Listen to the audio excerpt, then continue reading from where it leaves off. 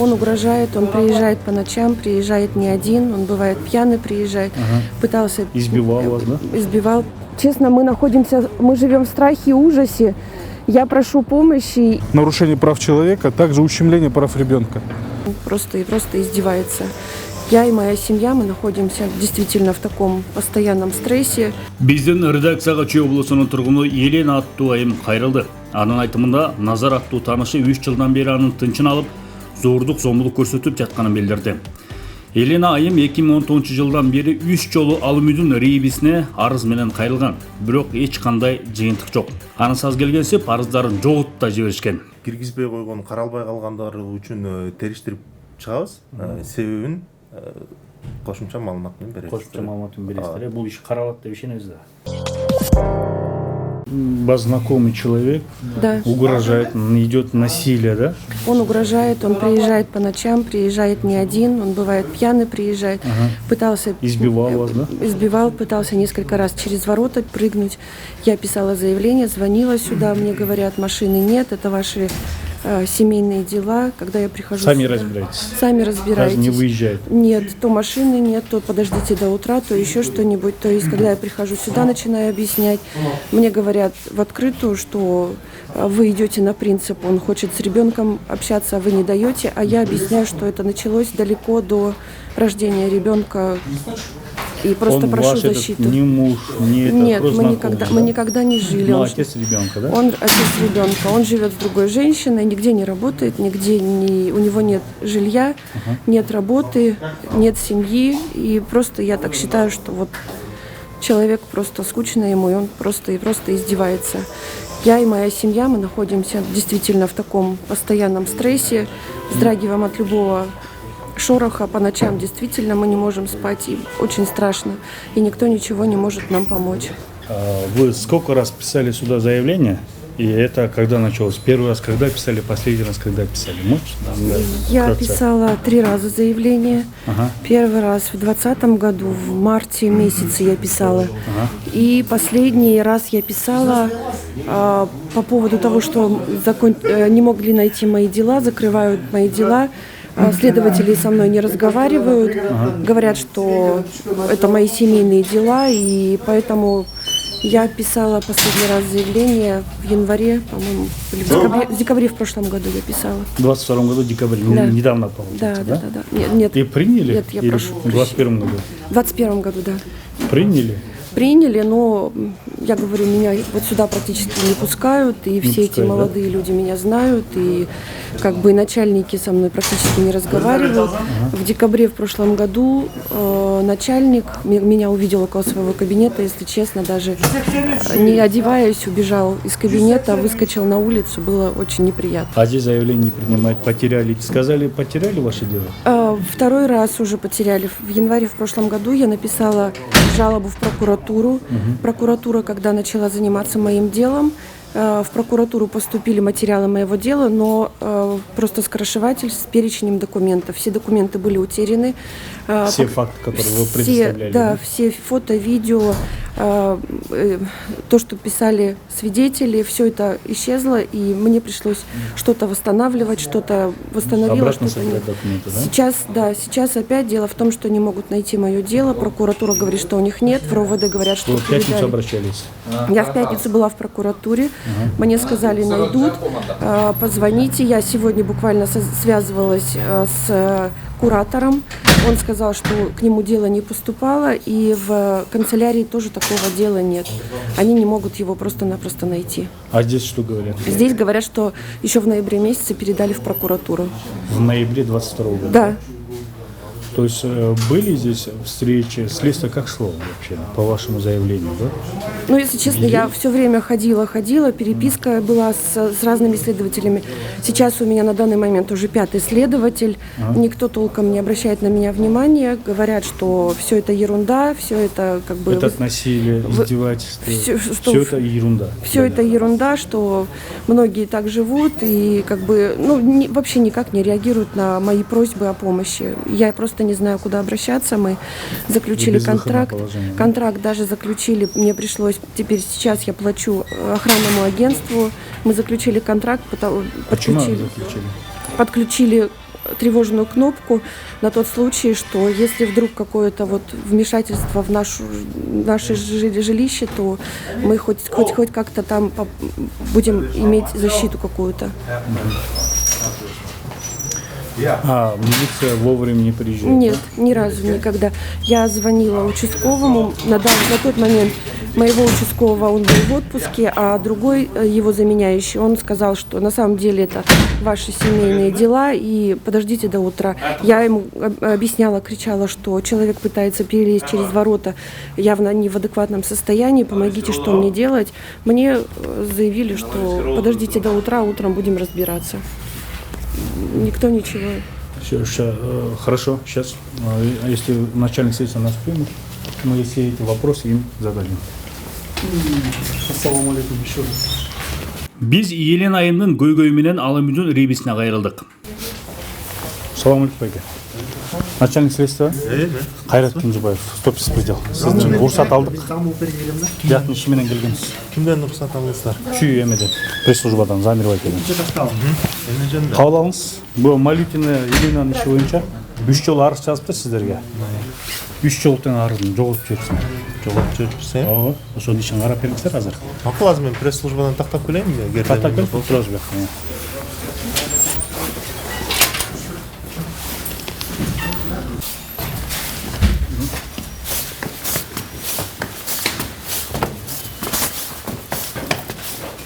Бұл жақта?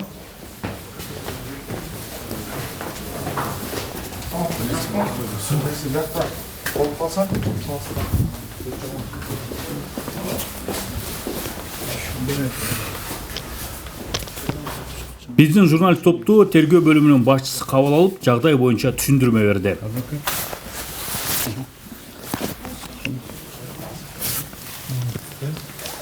Салам алейкум, байке. Кайрат Кенжебаев, 150 жыл башкы редактор. Келсин, отыр.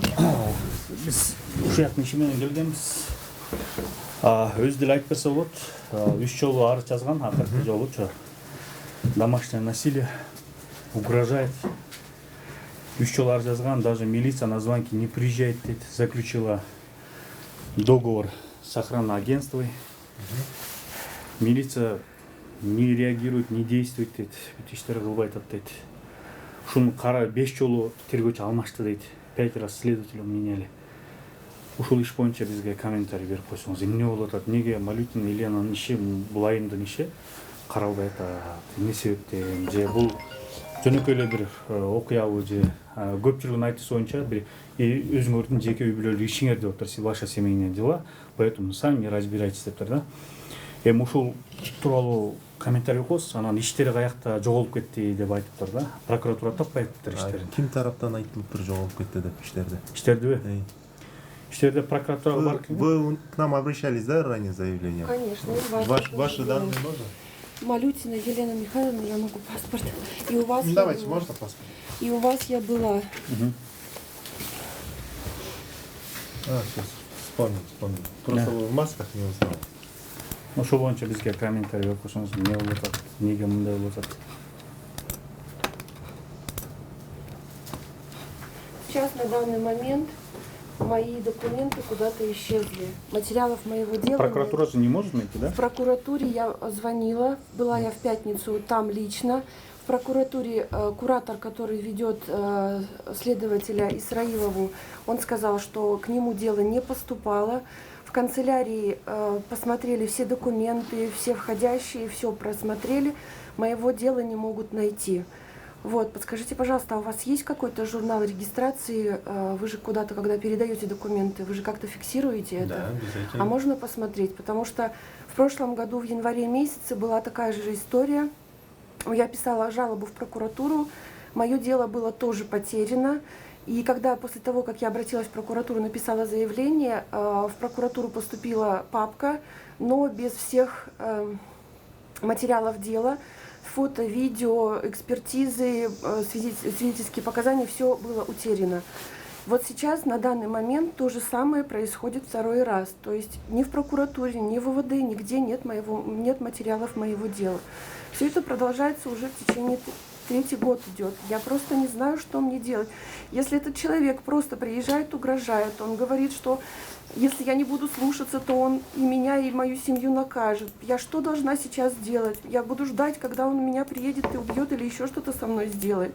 Я вам говорила, что он решил меня как-то наказать, он меня просто посадил в машину и увез целые сутки, держал в токмаке, я была беременна. Он требовал, чтобы я сделала аборт, он надо мной издевался целые сутки, он не давал мне позвонить, он разбил мой телефон, не давал мне позвонить ни на работу, ни домой. Мне что теперь делать, скажите, пожалуйста. Я вам все это рассказывала, я была и у вас, у всех начальников, я была.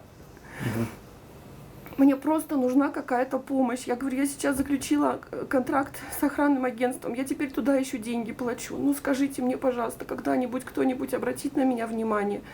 Сейчас, я говорю, следователь Исраилова со мной разговаривает, она говорит, что вы просто идете на принципы, не даете человеку видеться с ребенком. Я объясняю, что этот человек опасен для меня и для моего ребенка. Тот человек, который требовал, он на суде это не скрывает, он на суде об этом говорит, что он действительно говорил о том, чтобы я сделала, он требовал, чтобы я сделала аборт.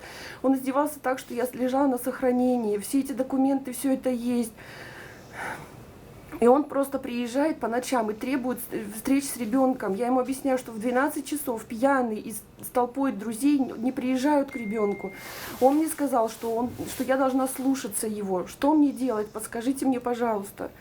Я просто не знаю, что мне делать. Я прошу у вас помощи, а на меня никто внимания не обращает. Анна Михайловна, по вашим материалам мы назначали все соответствующие экспертизы, правильно? И ваши материалы не утеряны. Мы до этого разбирались, точнее, со следователем Исраиловой. Она говорит, все материалы для проверки законности, обоснованности направила в прокуратуру. Но сегодня ее нет. Она вышла на отпуск. Сегодня постараемся получить вот это сопроводительное письмо, которое она направила в прокуратуру, и мы вам на обозрение предоставим. А в части вас все необходимые информации мы будем предоставлять пресс-службу ГУВД, и оттуда вы получите информацию по материалам, по уголовным делам. То есть материал по заявлению Малютина Елена Михайловна зарегистрировано, рассмотрено, следователем принято решение для проверки законности и обоснованности, направлено в прокуратуру. Сейчас мы выясним, сопроводительное письмо предоставим и приобщим к информации, и предоставим пресс-службу ГУВД, и оттуда вы можете получить. Какой срок? Постараемся до конца рабочего времени, да, сегодня, да. На край завтра можем, да? На край завтра, да. По материалам мы сейчас не вправе предоставить вам информацию, все необходимые информации вы можете получить в пресс-службу ГУВД. То есть теперь будут вести дела, да? Да. Будете идти дела, да? Да. И мы получим информацию соответствующую, она и получит соответствующую помощь, да? Со стороны милиции. Со стороны милиции все необходимые меры мы примем в отношении лица, на которого она написала. И, соответственно, уведомление мы направим. Когда вы впервые обратились? Можно, Нурлан Ильич, если у вас есть вопрос, адвокат. В марте 2020 года я написала первый раз заявление. В марте, да? Какого года? В 20-м или в марте, я честно... Вы же 3 раза писали, Я писала 3 раза заявление, да. Неге 3 жыл жаса еш болған емес? Согласно базе данных АСРП, заявление Малютиной зарегистрировано. Так как сейчас у меня нет дела, материалы дела на руках, я не могу сказать, наверное. И еще раз. Қанша жолы қатталған? Сколько раз? 3 жолы қатталып тұр, 3 жолы қатталған, да? Аны неге 3 жолы қатталады? Бірі арыз, екеуіне ар қандай мемелер менен қатталып тұр, доводтар менен. Аны үчөөнүн жыйынтыгы кандай болду? Үчөөнүн жыйынтыгы боюнча азыр чечим кабыл алынган, экөөсү боюнча иш токтотулган да. Себеби ал эмбайке. Себеп маалыматтын баарын биздин мемеден алабыз, пресс-службадан. Бизде эң негизгиси материал жоголду деп келдиңиз, биз сизге азыр материал жоголгон жок деп туруп билдирип атабыз. Андан сырткары ошол материалды жиберген жолдомо катын көрсөтөбүз. Жанакындай каралбай калып, бияка да киргизбей койгон учурлар болуп турду. Анан бул адам бир кырсыктап анан ошондо барып көңүл бурасыздарбы, аны же алдын алуу керек да, кырсык элечи. Кудайым деле сактайт. Албетте алдын алуу иштери жүрөт бул жактан. Киргизбей койгон, каралбай калгандар үчүн териштирип чыгабыз. Себебин кошумча маалымат менен беребиз. Кошумча маалымат менен бересиздер. Бул иш каралат деп ишенебиз да.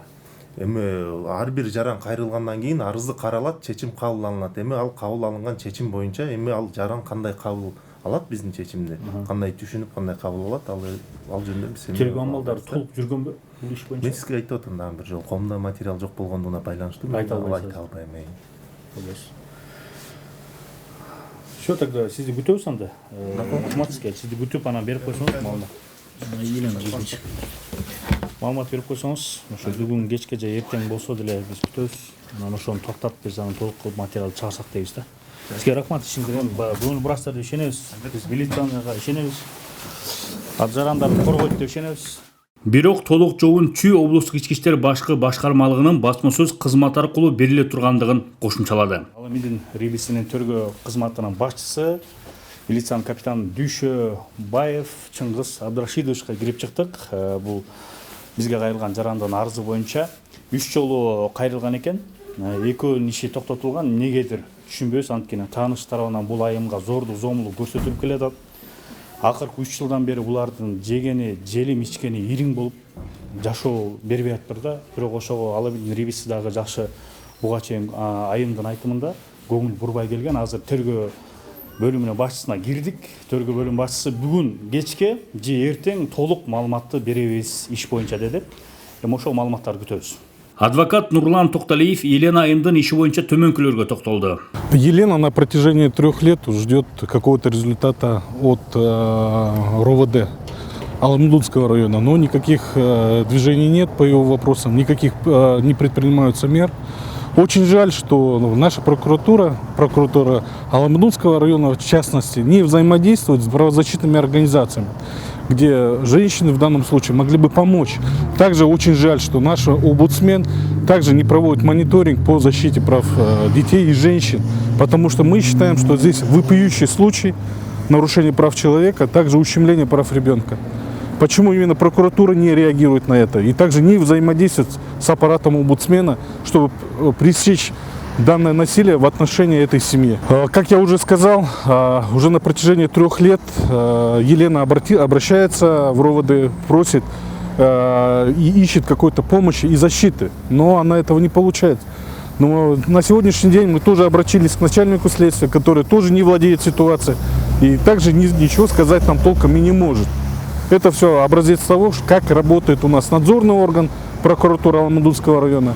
То, что она не взаимодействует с аппаратом омбудсмена, там, где должны защищаться права семьи, женщин и детей.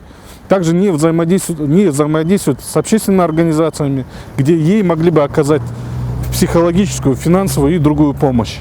То есть не пересекают тут действия злоумышленника, который просто-напросто издевается и мучает эту семью.